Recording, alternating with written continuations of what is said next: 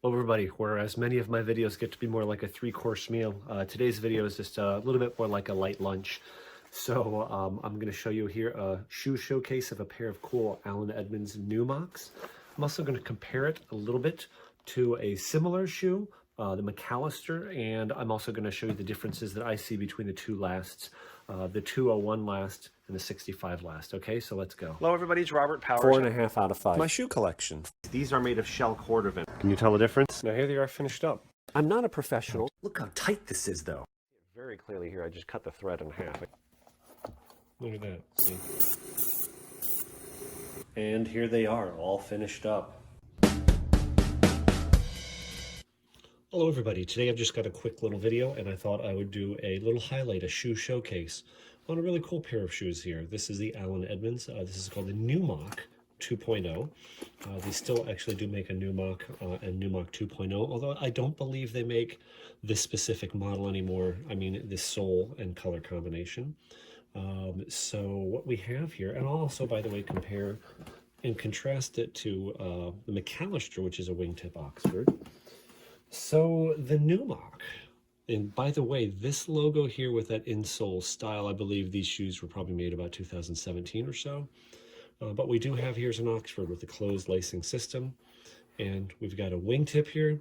But what we see compared to the classic, let me adjust the camera a little bit. Compared to the classic single oak sole with the standard welt, what we see here is we see what's called the storm welt. You see how that lip is turned up? The point of that is to protect from water getting in, but I would say number one with this overall color, it's like a, I don't know honestly what they would call this color. It's a gray, it's got a hint of tan in it. It's not on the green side.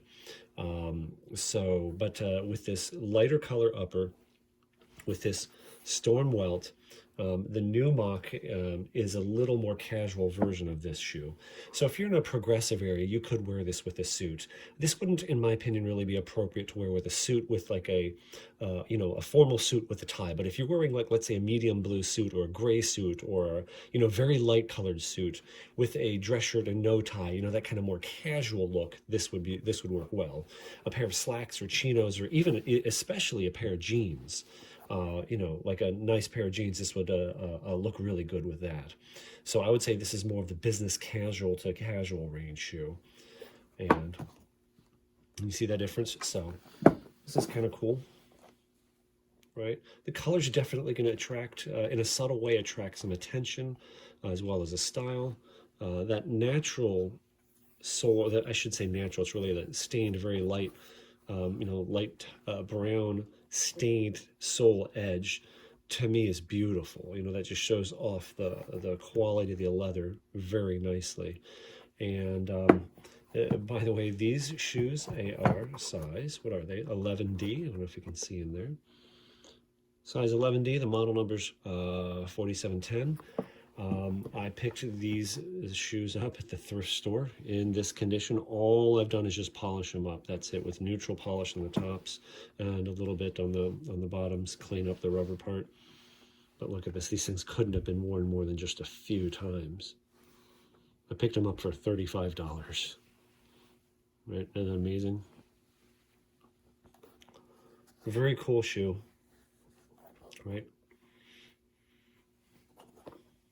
Now you can see the sole, it's got the rubber inset already in it. One thing I did notice about the shoes though, if I were picking these shoes out, the threads, can you see there?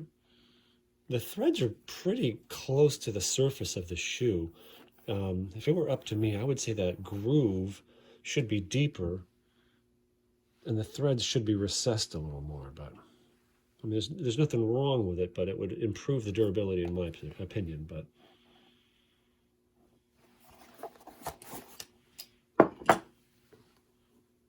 beautiful, beautiful pair of shoes. All right.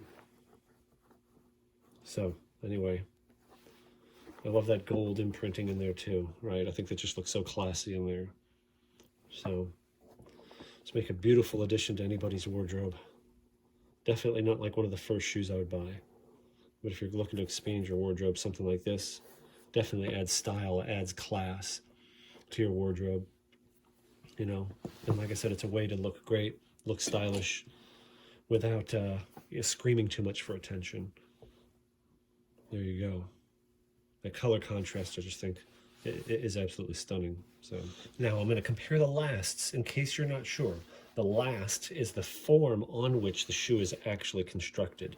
The last is what's going to give the shoe its actual shape, okay? So the Neumok 2.0, according to Alan Edmonds' website, is built on the 201 last. The Alan Edmonds McAllister is built on the 65 last.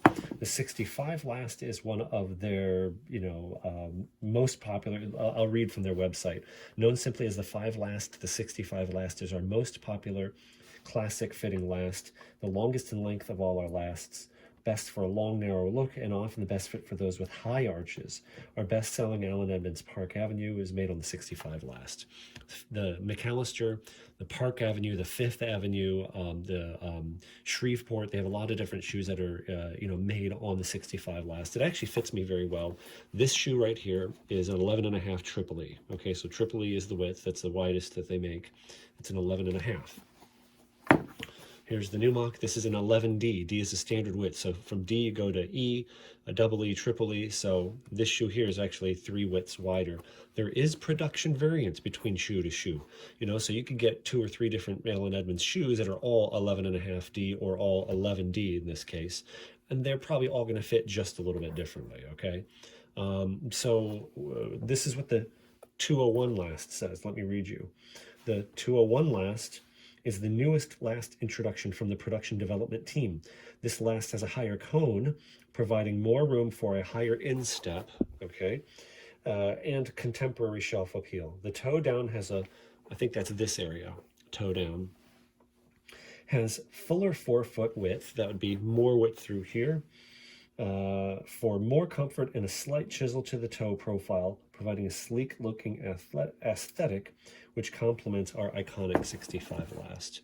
So it's not that obvious, okay? But if I can get them this way, I don't know if you can really tell. If they hadn't said it, I honestly wouldn't have noticed, but it gives it a slight chisel look. So there's a little bit of a flat right there. So it's like an arc, a little bit of a straightening out, then an arc, okay?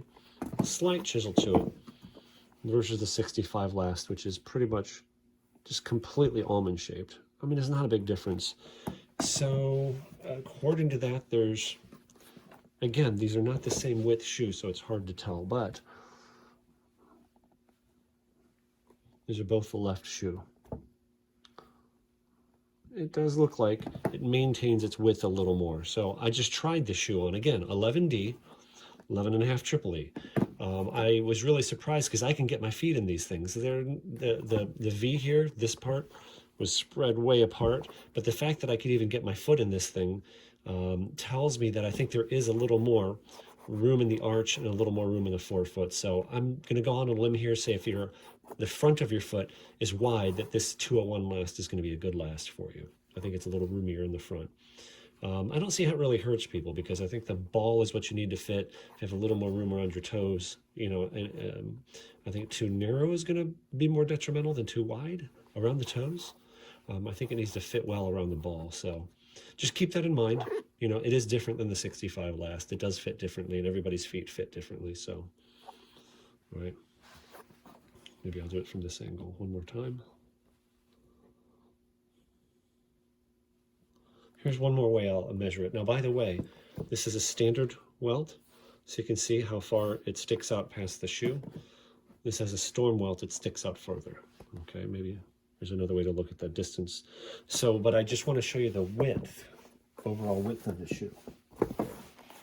So let me take 2 different shoes, a left and a right, I guess you could say. And can you see there?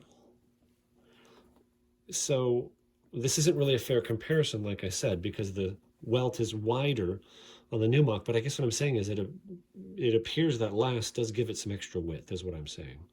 So in other words, I believe an 11.5D, if you have a wide foot, an 11.5D on the 201 last is probably going to fit you better than a 11.5D on a 65. So I think there's more room in the forefoot and the ball on the 201 last is, I think, what this tells me, okay? So for whatever that's worth. Alan Edmonds, there's a bit of discussion online these days on shoe forums such as Alan Edmonds Enthusiast and Style Forum. It's either styleforum.com or .net. I think it's .net.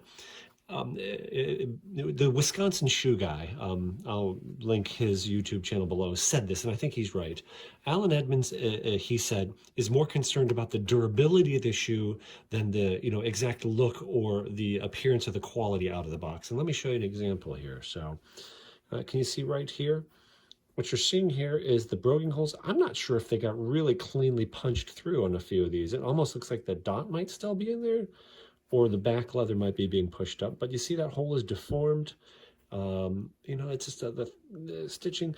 So if this kind of stuff bothers you, you're going to have to probably spend a couple $100 more at minimum to be able to completely resolve all those kind of things.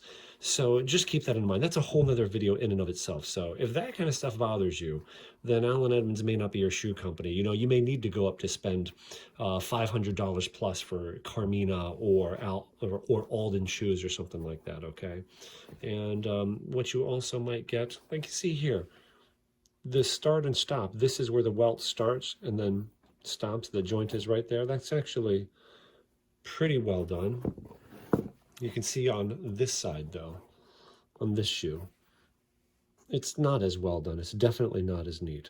So this is the kind of stuff that you might get with an Alan Edmonds shoe. If that bothers you, again, and you'd rather spend a couple $100 more bucks, God bless, that's your prerogative. But I just figured I'd point it out. And again, that side of the heel there, I just showed you. You don't see that on this side. It's pretty clean on this side. Well, a little bit of, a little bit there. But then the other shoe, this would be the right shoe. It's very, very cleanly done. So a little bit of difference. Again, these are mine. It would bother me absolutely zero. But that's your opinion. All right. Hope you guys enjoyed that. If you want to check out more of my videos, please feel free. This is probably one of the shortest videos of mine that you'll ever watch. But if you want to check out some of my other videos, feel free to do so. Signing off for now. All right, everyone have a wonderful day. God bless.